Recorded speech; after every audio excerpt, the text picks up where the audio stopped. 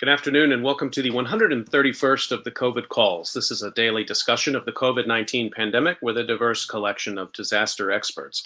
My name is Scott Gabriel Knowles. I'm a historian of disasters at Drexel University in Philadelphia. Today I discuss COVID-19 and the difficulties with counting and memorializing the dead in a pandemic with Jacqueline Ornemont.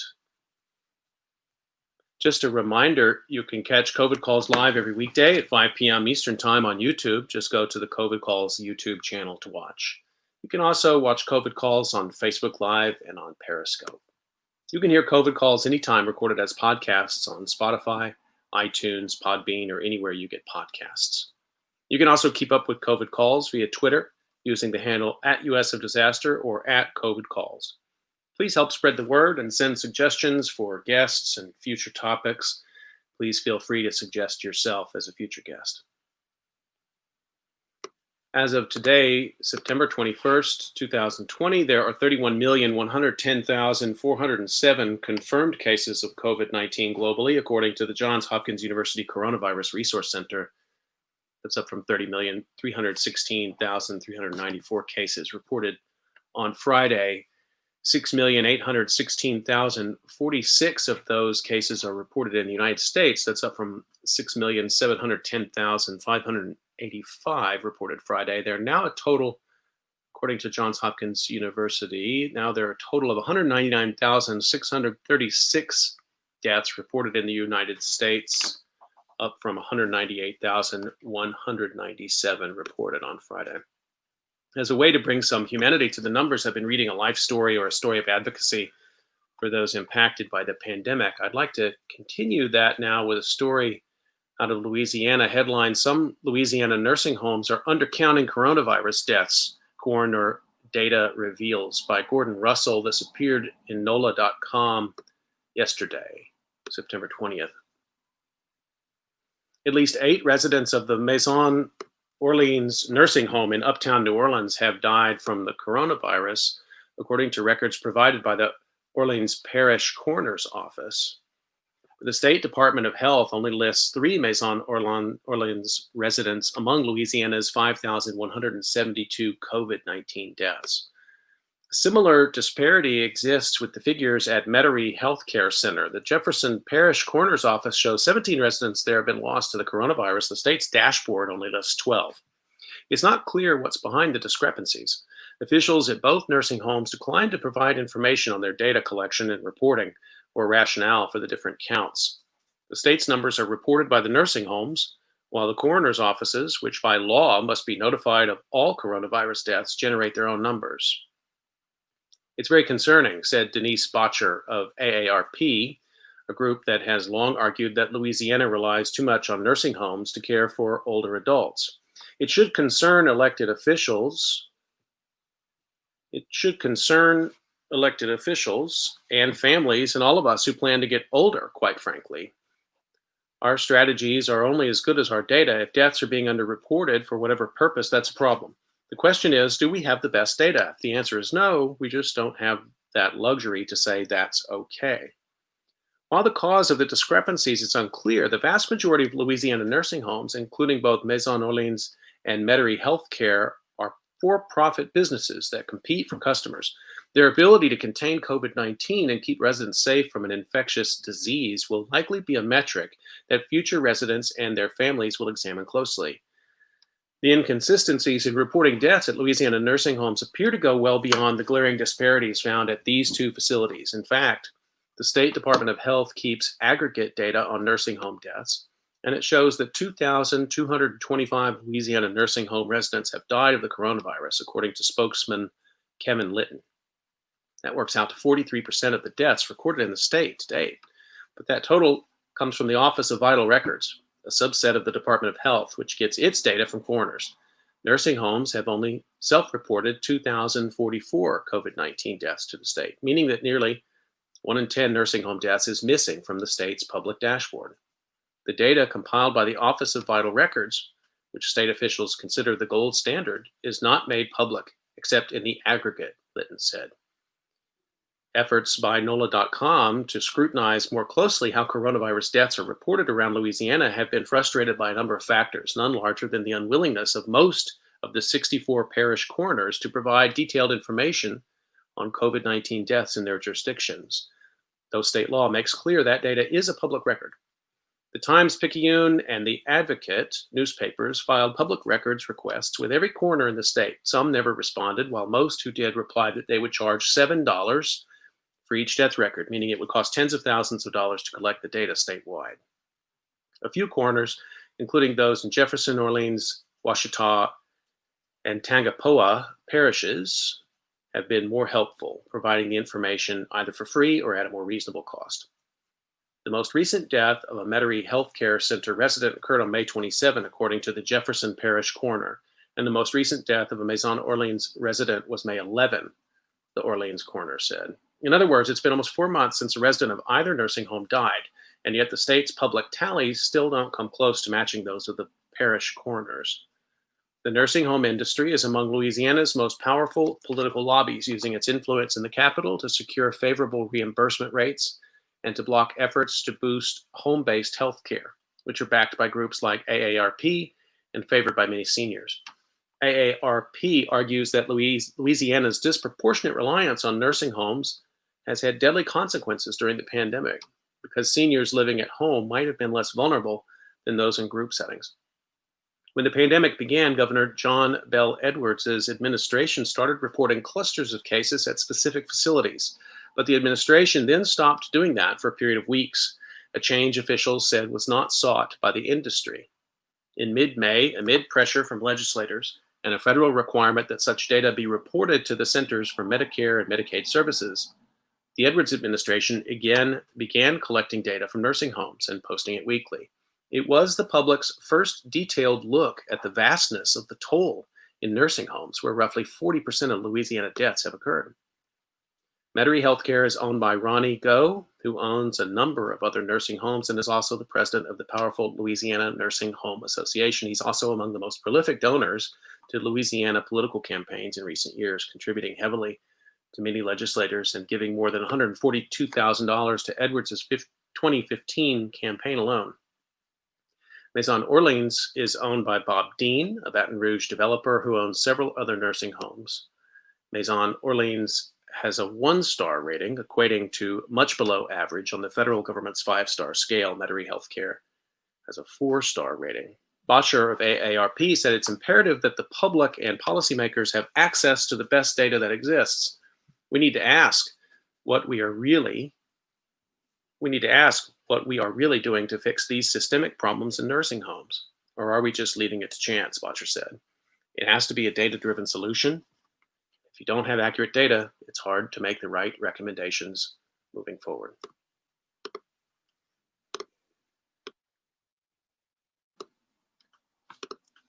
Okay, let's turn to our discussion for today. I'm really excited to speak with my guest. Jacqueline Wernimont is Distinguished Chair of Digital Humanities and Social Engagement and Associate Professor of Women's Gender and Sexuality Studies at Dartmouth College. She is an anti-racist feminist scholar working toward greater justice in digital cultures and a network weaver across humanities, arts, and sciences.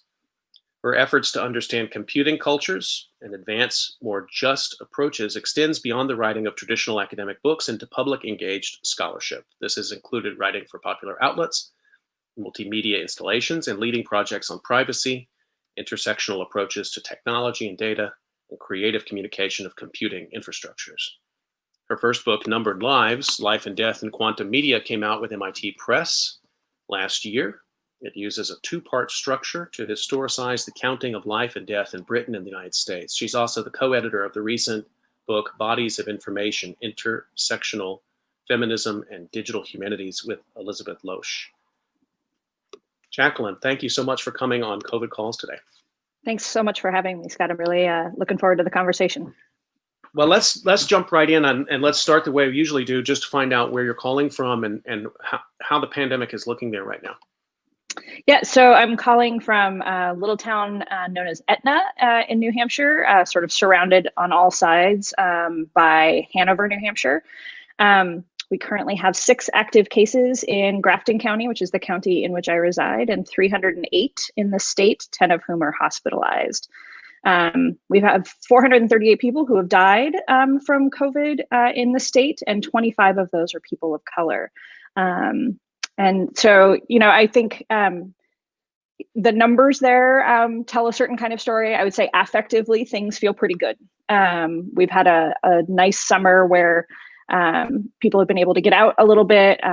Folks in town, we do have mask mandates and things like that in town. Folks in town seem to be careful right now. The return of the students hasn't led to a kind of crushing uptick, although we do have a handful. I think there were 5 positive cases in the early student testing here at Dartmouth. So things feel tentatively okay.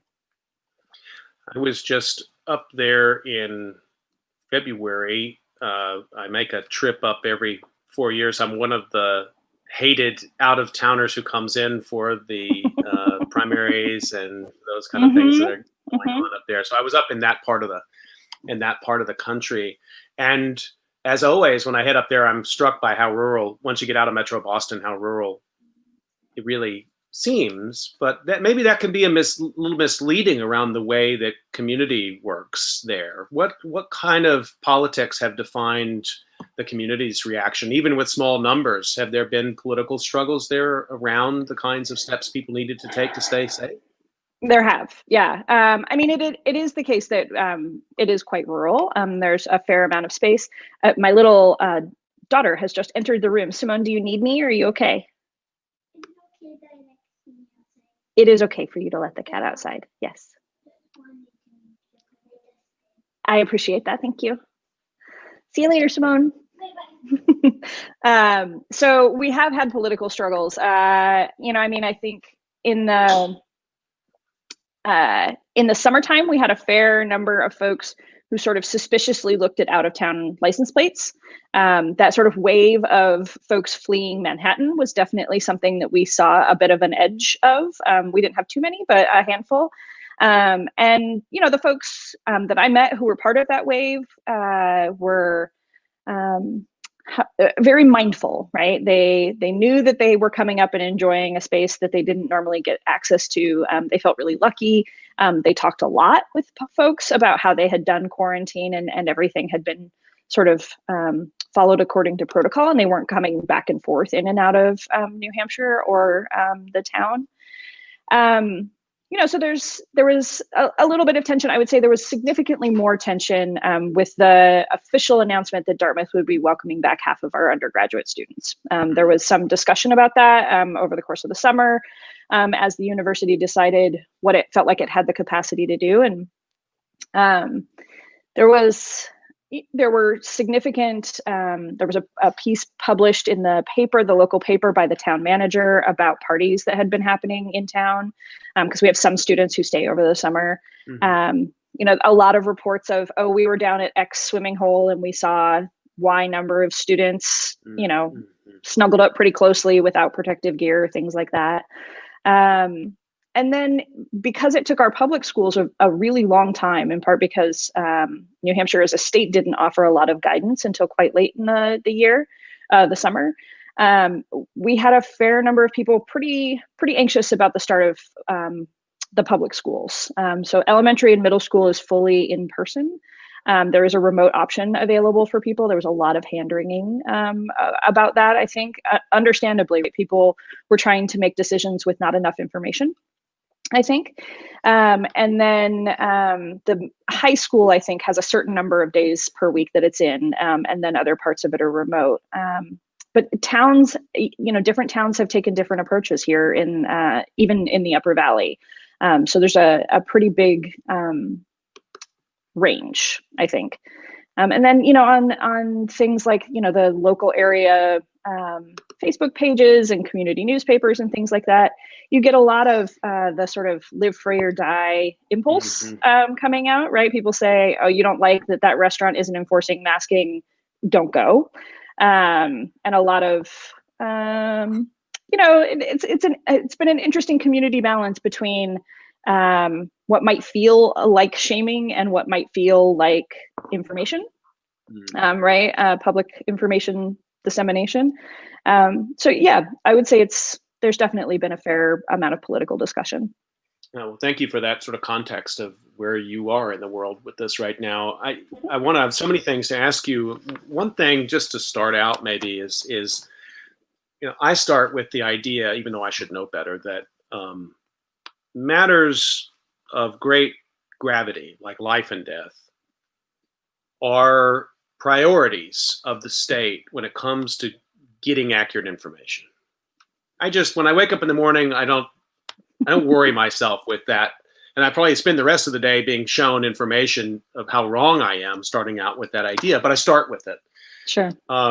And so with that in mind, in that article that I read, which I thought you might find interesting, and you may have already known that story, or certainly the problem with nursing homes nationally, I'm sort of wondering, when you look across the landscape of politics today in the United States, where do you see the most acute struggles over what's supposed to be an objective action, which is counting the deaths from COVID-19?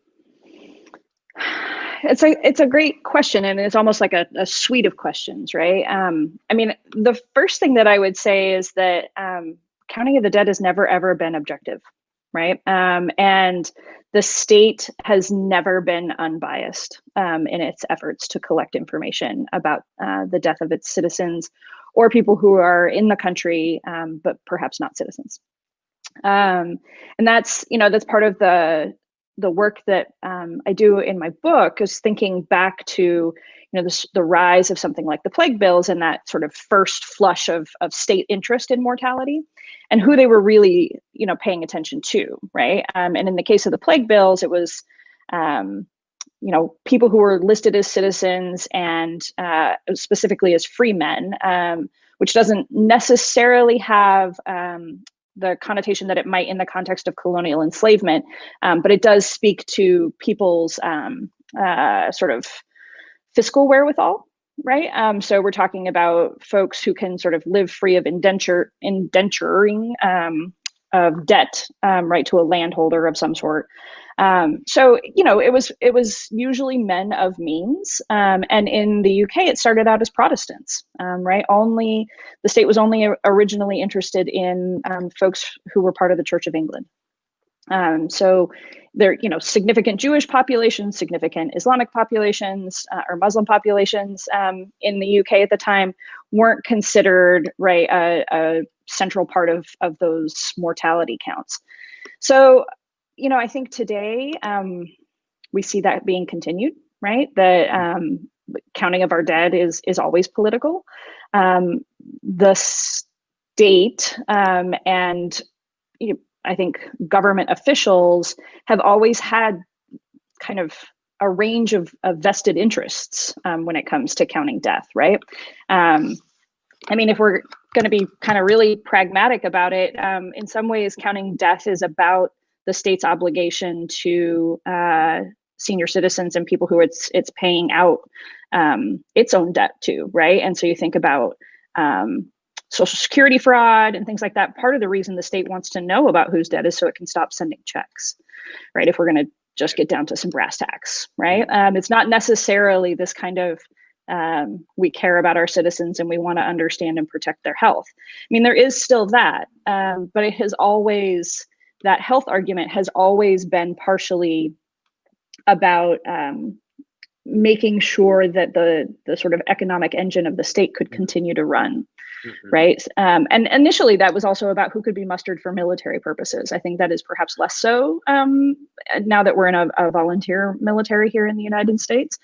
But it's never been an apolitical situation. And I think we have seen that play out in spades. And it's, for me, as someone who is used to having her work be distant and often needing historical translation, it's been kind of uncomfortably real lately, right? Where we see that the state is less interested in African American, in Latinx, certainly less interested in migrant communities, not tracking the death of the majority white, relatively wealthy population in the same way, that it's tracking the death of the rest of its citizens.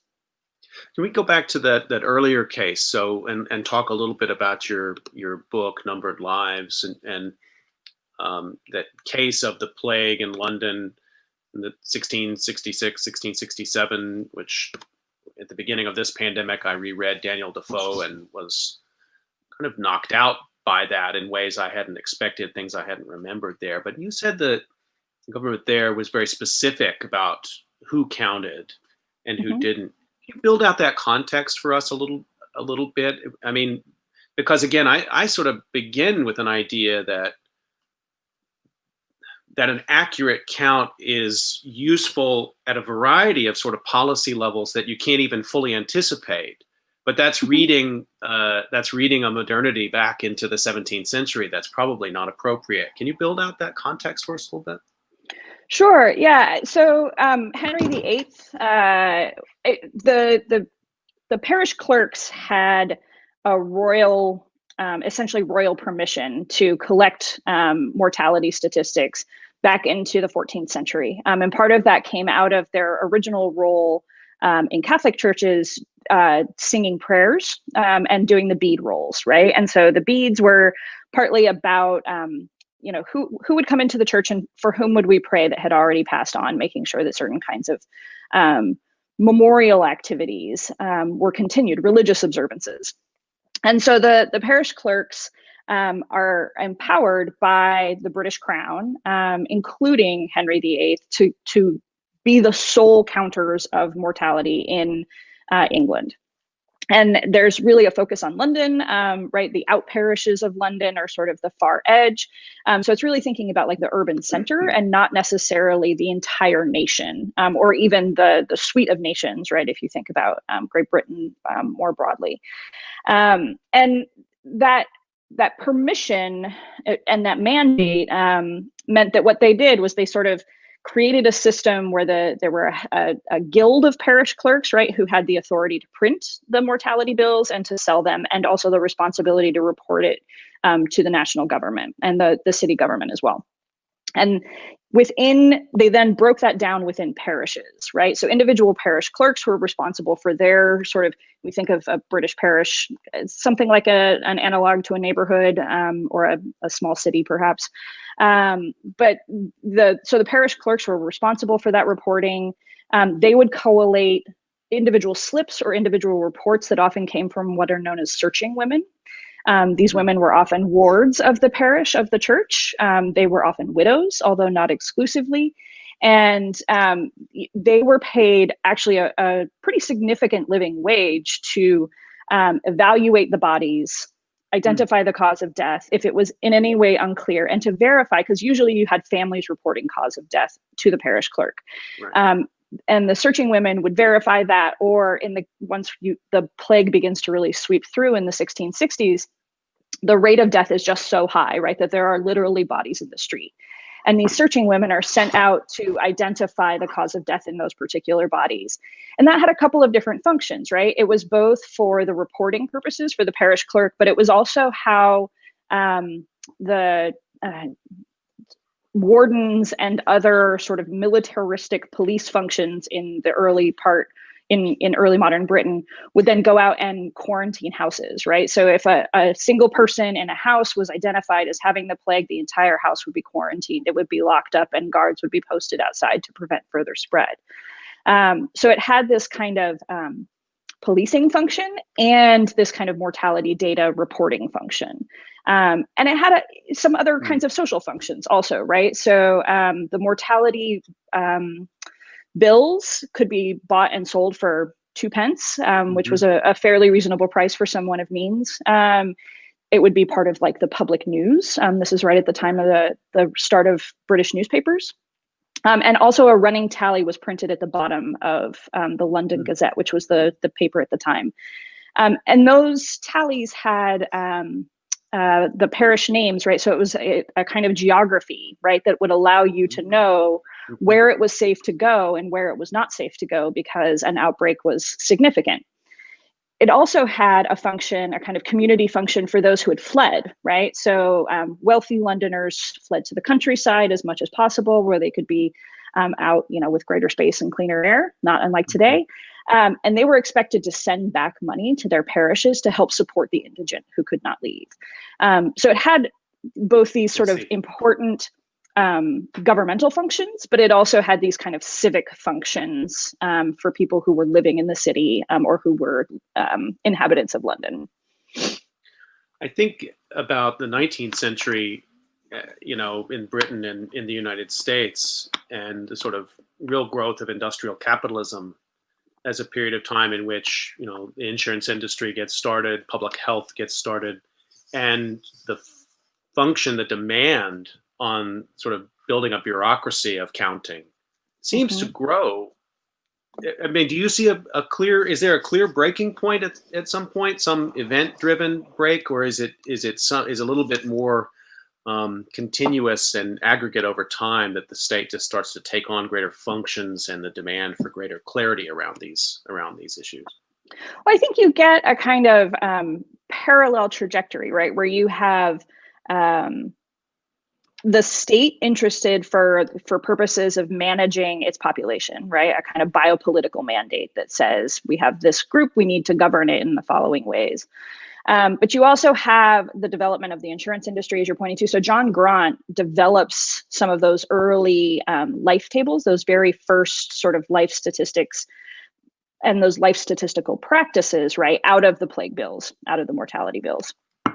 And you begin to see a kind of economic case being made, both in the government and in private industry, for the value of being able to predict how many people are going to die, where they're going to die, when they're going to die, et cetera.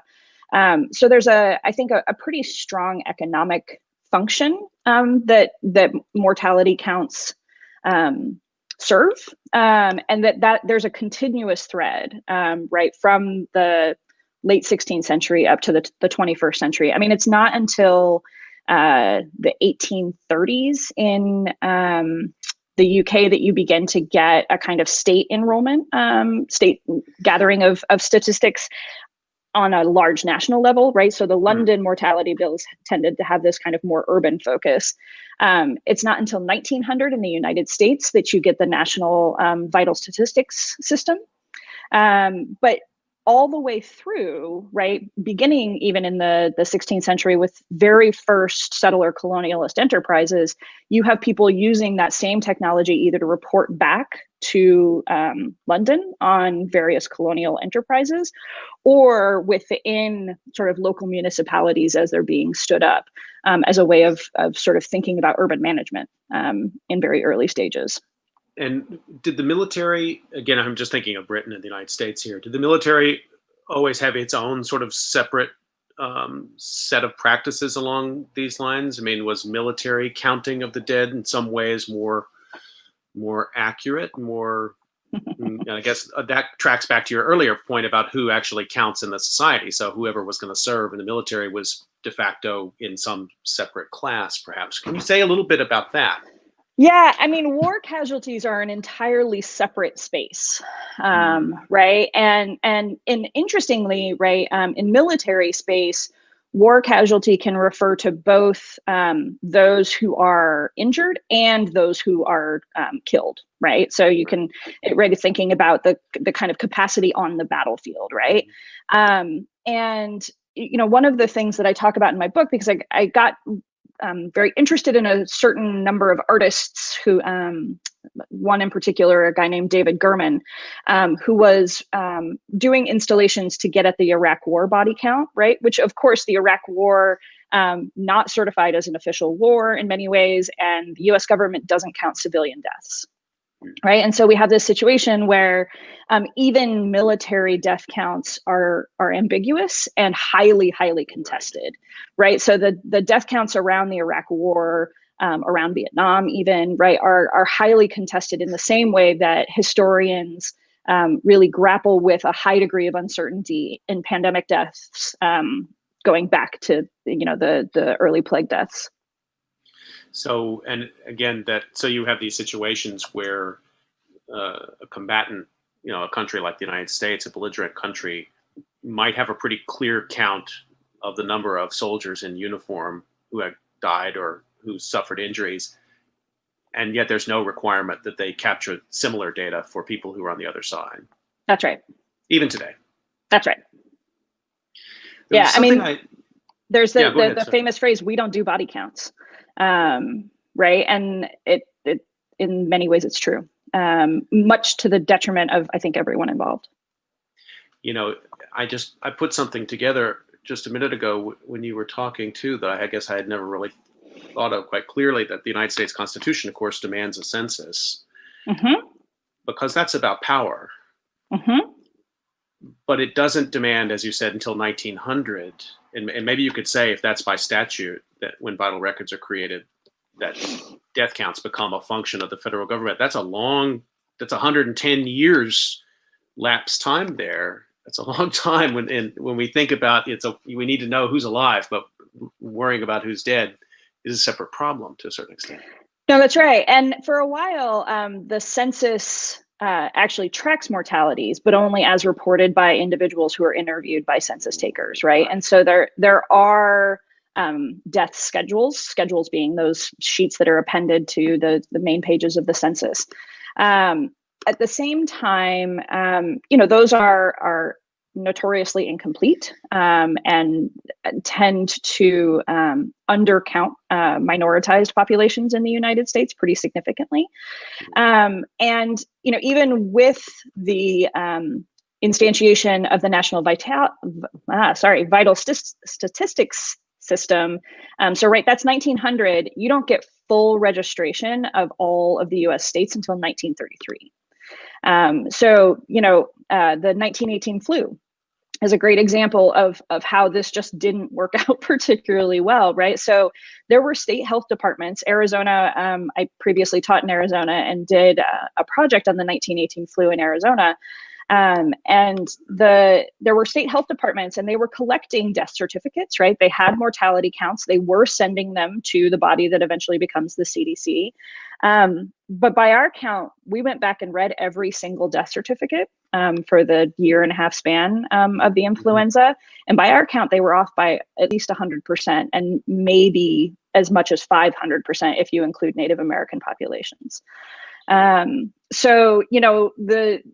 The idea that we have had good, clean data in the past, I think, is a myth. And it has always been this kind of interesting partial system, and it has really strange features. So thinking back to the piece that you read at the opening, while there is a federal requirement that the government collect mortality data, the states are paid by the federal government for that data. So states hold that control, right? And they have their own recording processes. Sometimes they use state-specific death certificates, which causes no end of suffering when you get to a national aggregation situation. But then the federal government has to buy that data from the states. Every single time it wants it, it has to go and pay the states for that data, right? So the kind of fiscal infrastructure and also technical infrastructure, human infrastructure, bureaucratic infrastructure to get it from municipalities, right, from coroners or physicians, mortuaries, right, into a municipality up to the state has a particular kind of local flavor, right? And then the mechanisms by which it gets from the state to the federal government are varied and inconsistent, both temporally and in terms of their content. And it costs the federal government money. There's another aspect of this that's been much debated and talked about particularly earlier in the pandemic in southern states. Governors saying, we're worried that normal flu deaths are going to get counted as COVID deaths, or that heart attacks are going to get counted as COVID deaths because Democrats want to inflate the number of deaths because they hate President Trump. And every time I even say those things, I sound like a conspiracy theorist, but go back and look. There was more than one Southern governor that made that case. Yeah. Does that have a historical background as well? This sort of using the problem of the count and comorbidity as a political weapon? Yes. Yeah.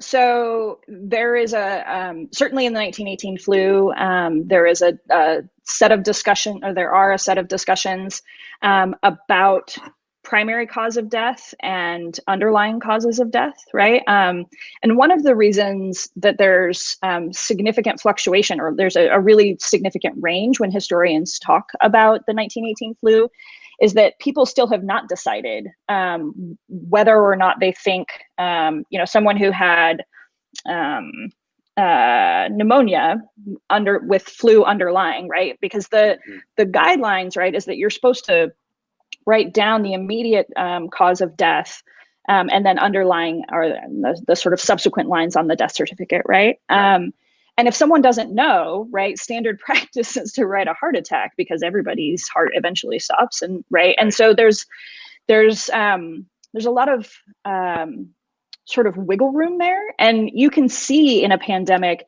you begin to see the sort of human strain of processing so many deaths at a time. Handwriting of different coroners goes just all to heck. The level of detail in the death reports, death certificates, goes down significantly. You start getting more of the sort of nurse practitioners. There was a whole corps of women nurses who were sent out to the Western states in particular during the 1918 pandemic to try to help, coroners and other physicians who were just overwhelmed.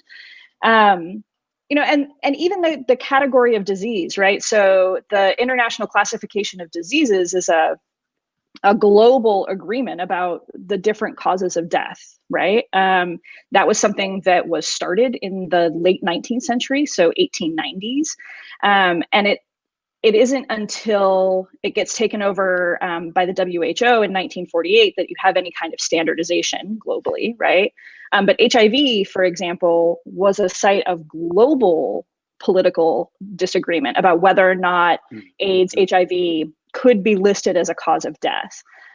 Right. So even the ICD categories, right, we're now on ICD-10, I think. And those have changed over time. So if you're thinking about sort of looking at a long array of death and disease, they're not commensurate. There are, of course, ways in historical epidemiology to deal with this. But there has always been political fighting over the categories of death, who should get to certify a death, and how reliable they are, and how much those numbers should really be used by the government. British government, all the way back in the 17th century, had significant fights about this. Just to remind people, you're listening to COVID Calls, and I'm talking to Jacqueline Wernemont. If I could just, sorry, am I pronouncing that right, or do you say it Wernemont? Okay. Yeah, you got it. So just to talk about COVID-19 and to talk about scale a little bit. I'm a historian, so I get a little anxious whenever people start talking about sort of like cognitive biases or things that seem to travel outside of context. But just for a second, I want to linger on this. How much do numbers matter? In the sense that, are there features of our cognitive capacity that come out in these kind of situations that we may not be aware of? That when we get past a certain number, we care more or less, or we apprehend a risk differently based on quantity or based on the delivery, the frequency that we see those quantities, because we are seeing, and I read every day, Monday through Friday, these numbers from Johns Hopkins. I mean, we are consuming a vast amount of information, even if you don't want to, in a transient way, about the numbers of deaths. And I'm wondering about the cognitive biases that we may have about that. I mean, I'll preface this by saying not a cognitive scientist, so can't speak to exactly how the brain works. However, I will say that even as you were reading the numbers, I could feel, right, I work with numbers all the time, right? And I'm used to looking at death counts. Even as you were reading it, I was like, whoa, where are those numbers going, right? Like hearing the numbers is it's difficult to process. And one of the things that I talk about in my book is I describe this as a process of trying to literally use numbers to get a kind of sense of control or a sense of power over something that felt really overwhelming. And the phrase that I use there that I borrow from Timothy Race is aesthetic rationalism, right? And the idea is that if you can count it, right, if you can enumerate it, that must mean that you know it, right? And there's that kind of enlightenment sense of knowing, of having a certain degree of certainty, of watching the numbers rise and fall, and feeling a little bit comforted by that, even if it's only the comfort of knowing that you should stay home, right, or not go to that particular market or not go to that particular state. So I think there's a way in which numerical counts produce a kind of affective reassurance, right? That it's okay, we understand this. We might not have it under control, but we at least understand and can describe it. At the same time, the really big numbers are really difficult to get your head around, right? They are, there are these efforts. Sid Harrell has one, which is the lost city of the pandemic, right? Sort of giving the population statistics of various urban spaces to give people a sense for, if we're talking 194 or 204,000 Americans who are dead, what does that mean, right? I think that's really hard. It's really hard to process the numbers once they get big.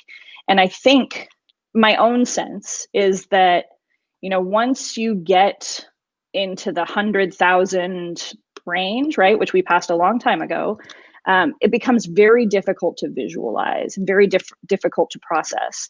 I think there's also a pretty significant numbing effect. And I've done a little bit of work about this with the Afghanistan and Iraq wars, and thinking about the constant counts of military deaths also, right? That when we see on a regular basis, I think that the number right now is there are still 800 people a day dying. It's stunning if you sit down to think about it, right? And yet we are all asked to go on with our lives. And so there's a way in which our brains have to set that aside in order for us to function, right? Mm-hmm.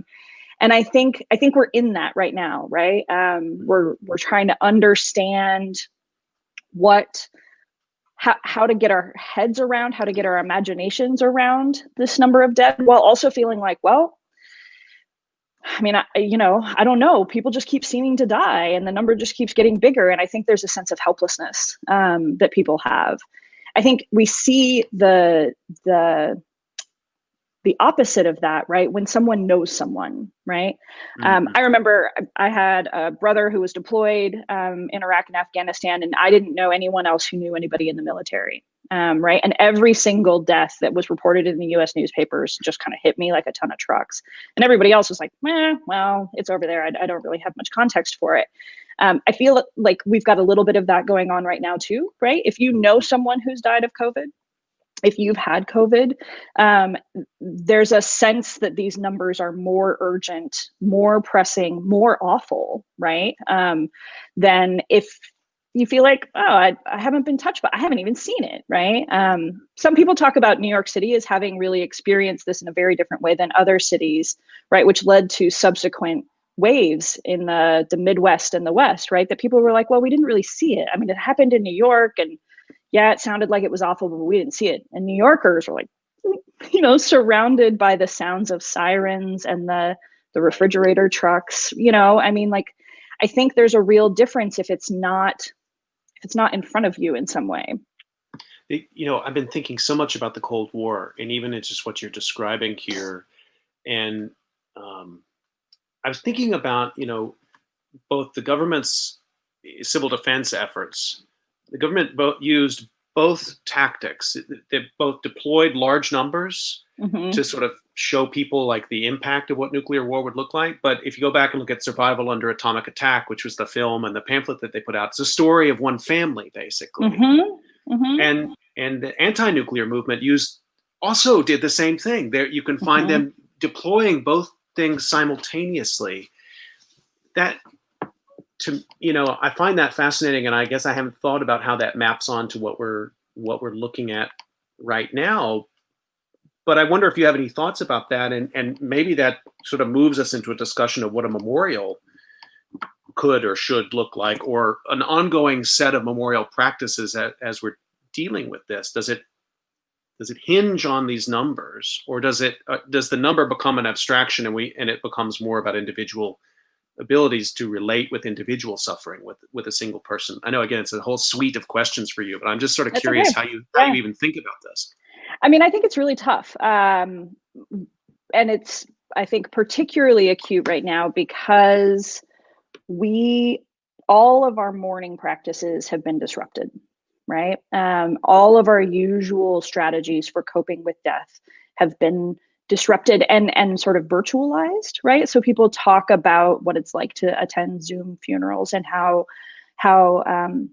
the texture of death and of what I think of as like sitting with our dead has really been fractured, right? We are in a moment where we almost aren't permitted literally to sit with our own dead, and I think that's something that's going to play out over a number of years, and in a kind of collective psyche in ways that I can't possibly predict. I think the numbers are crucial, and I watched early in the sort of March, April space, how important it was for minoritized communities, right, racialized communities, to be able to speak their numbers and speak back, right, to the sort of dominant narrative, right, that, oh, this is just older folks who are dying. I mean, Right. we're sad, but also it's okay. And for Black and Latinx folks in particular, and Indigenous people, right, to be able to say, actually, no, the numbers here are disproportionate. They're way out of scale. I think that has been incredibly powerful, right? And so there are places where the numbers are really crucial. I think there's also, something to be said for numbers as an opportunity to not violate privacy. I've been doing some work on the history of eugenic sterilization in the United States, which is covered still, those records are covered under HIPAA laws. And in some of those instances, the historian in me wants to be able to tell those personal stories, right? But we can't, because that would be a violation of privacy. Or it's unethical to do so because it perpetuates trauma down a generational line, right? For folks who didn't necessarily know that their grandmother or mother was sterilized forcibly. And so numbers are a way of permitting a certain degree of privacy, right, while still also telling the story. And I think that's an interesting space right now, where we're thinking about public health directives, right, and how much we need good public health information, but we don't necessarily want to say, oh, hey, that person down the street is the one, right, who has it, because there's all kinds of implications that can go with that. So I think in terms of how we mourn, I think it's very difficult to mourn a number, right? We don't mourn numbers. We don't mourn data. We mourn the loss of people. And so I think, there's a reason that you read something that was a little more personal at the beginning. And it's because at a certain level of abstraction, we aren't as impacted. And that's part of why we abstract, right? In order to be able to survive, right? To be able to continue functioning. But at some point, we've got to return and mourn the things that have been lost. And I do wonder how we will do it. I wonder, as we approach or cross, depending on which data source you're looking at, the 200,000 mark, where and how we will mourn this. And I worry, historians of the 1918 flu comment about how quickly it left the public discourse after it passed, and how few people remembered, right? And I worry that we're set up for a similar situation here. I just want to underline something you said just a minute ago, make sure I understand, because it speaks to the sort of divergent politics of the mobilization of the numbers, which is to say that in minoritized communities, there's this concern that if you come up with a sort of a national story of loss, and maybe there's one or two people whose individual stories come to stand in for the suffering of the nation, we can think of lots of examples of that in previous disasters, that could blunt what are real important calls for need in certain communities where you might actually prefer to have the anonymized number. Did I understand correctly that, that's such an important point to make.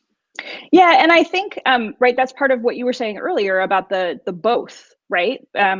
We can't do just the individual, right? And we can't do just the big number. Neither is sufficient. And And I personally don't think we can do just the two-dimensional, right? I think we have a need, and this is part of my art practice, trying to wrap my head around some of these things, right? Is thinking about three-dimensional installations, right? So I've been doing sonifications, I've been doing haptifications, right? Playing data so that you can feel it in your hands or through your skin. But also doing things with textiles and mourning braids and things like this, so that we have a sense of the three-dimensionality of death, right? And if you think of sitting with the dead as something you do in front of a screen looking at numbers, that doesn't take much time, and you're not necessarily asked to really take that in and synthesize it, right?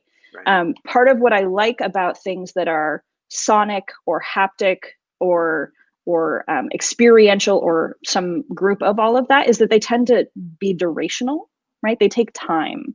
So there was a recent set of tweets about the ringing of the National Cathedral bell, right? So rang 200 times for every one ring for every 1,000 deaths. And several people followed up with, it should ring 200,000 times. And the fact that that will take more than 2 days matters, right? It should just keep ringing. And it should ring and ring and ring, right? Until the dying stops. And, we have accounts of that happening during the plague in London, right? The constant bell tolling. And David Gurman's installation that I mentioned, which was one of the sort of jumping off points for my book, right? People were asked to sit inside of a sort of cope-like space with a very large bell. This is the Nicholas Shadow installation. And it would ring every time there was a civilian casualty in Iraq, right? And so you literally feel it resonating in your body, but also it takes time, right? And you don't know when it's coming. And there's this kind of awful sense of anticipation and anxiety that I think the two-dimensional number doesn't give us. Is there, I was just thinking of what, again, the politics of our moment, and that very provocative idea you just put out, ringing the bell 200,000 times or something, so that the duration of it also gives us the scale in time as well as in sort of numerical, and we feel it through the passage of that time. But I can immediately imagine some people pushing back and saying, well, you got the number wrong, so you got the memorial wrong, and you're making us feel bad about something this is some of the critique of the Vietnam Memorial has been along those lines. Why are you trying to make us feel bad about all these names listed here? The essence of democracy, or the essence of being an exceptional nation, and I'm characterizing here, is that we move beyond those numbers. In fact, our ability to overcome that is what's unique and should be celebrated. And I guess I can anticipate at one level what your reaction might be to that, but really, what is your answer to that in terms of memorial practice? Is there some way to bridge those 2 points of view? I think the folks who would argue that that's someone, and I'll even take that as my own, that would be me trying to make them feel bad, reside in a space of extraordinary privilege where they were untouched by those deaths initially, right? Vietnam Memorial is a great example, right? The families who lost, right, their husbands, wives, daughters, sons, brothers, sisters, those folks didn't have that luxury, right? They don't get to not feel bad. And for them, right, the duration of that is a lifetime, right? People talk about the way that the loss of a loved one impacts you, and it doesn't just go away, right? You learn to live with it. And I think there's a way in which, as a nation, we ought to learn to live with our losses, right? Not to act as if they don't exist, right? We've seen, recently the significant traumas that remain embedded inside of the nation when we haven't dealt with the losses from the enslavement of African Americans in the United States, right? Yeah. Those don't go away. Those wounds don't go away. The only thing a nation can do, if we're going to have a kind of national discourse, is learn to live with that, right? And I think that if someone says, I don't want to think about that, I don't want to think about it either, right? I mean, I spent the first, 2 months of the pandemic braiding memorial braids for every person who died until my hands couldn't keep up, right? And it's far outpaced my human capacity at this point, right? So now I'm trying to think of new kinds of installations, new kinds of artifacts, right? Because I literally can't sit with that many dead myself, right? It exceeds my human capacity. And I think if we don't recognize that those realities are what's at stake in failures to share information, failures to notify, failures to take seriously science, right? If we don't grapple with the actual human cost, then I really do. I mean, I think we're doomed to repeat it, right? I think in a world in which we act as if those deaths didn't happen, we've erased those people from our lives and from our history. And that's an artificial privilege that will ultimately collapse. It will eat us from the inside out. As you were talking, I was thinking of Ai Weiwei's memorial to the Sichuan earthquake dead. And so you have an artist. I'm not sure if you started as an academic or an artist. So let me just tell that. As an academic. Okay, so he started as an artist. I mean, he's an artist, Mm-hmm. but he started and he took that artistic practice, but he went to Sichuan. He found out they couldn't get a count of the dead. Mm-hmm. And so he collected it as best he could. And then he created it. He's done a lot with it since then. But one of the installations was just put up on YouTube, and it was just a scrolling list of names. And just as you said earlier, it's the gravity of sitting there watching it. It takes a long time to watch on the first anniversary. And of course, that made him even more politically unpopular in China than I'm sure he was. But so you have this, but in your case, you have the inverse. You have an academic who comes at these things analytically, who's now describing an artistic practice because the analytic was not strong enough to move it. How do other people learn to merge those two practices? I guess I'm asking you to give up your trade secret here to a certain degree, but I feel like it's the merging of those two practices that offers a way forward. Yeah, I mean, I don't know that I have any secret sauce, right? I think for me, it was about trying to figure out my way through any number of things. I mean, I couldn't write a dissertation without doing certain kinds of art practices to understand where I was trying to write. So I'm not sure that my ways are the ways that everyone needs, but I do think that I think there is a long history that is rooted in patriarchy and colonialism and a certain kind of mode of knowledge making that says the written word and the written number can give us everything we need, right? And there are myriad other practices that say that's not enough, right? It's not enough. What I can feel in my skin, what I can hear, what I can smell, these things matter to how I understand the world, right? And so for me, that kind of embodied cognition is really important.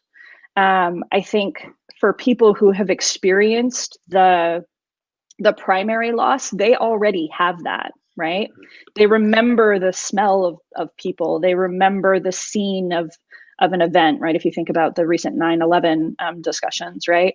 People remember what it was like to be rushing through Manhattan, right? Choking on smoke as the towers fell, right? Those are visceral memories. They're not just intellectual memories.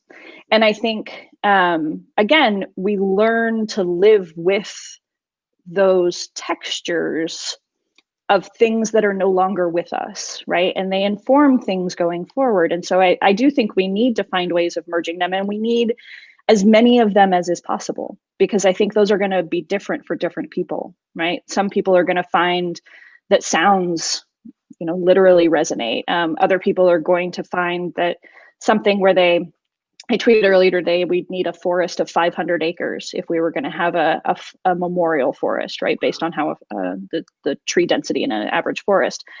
some people are going to need to walk 500 acres, 600 football fields, like we're going to need as many of those other ways of knowing as possible if we're going to learn to live with our losses rather than to pretend that they don't exist, and run the risk of them sort of, as I said, hollowing us out from the inside.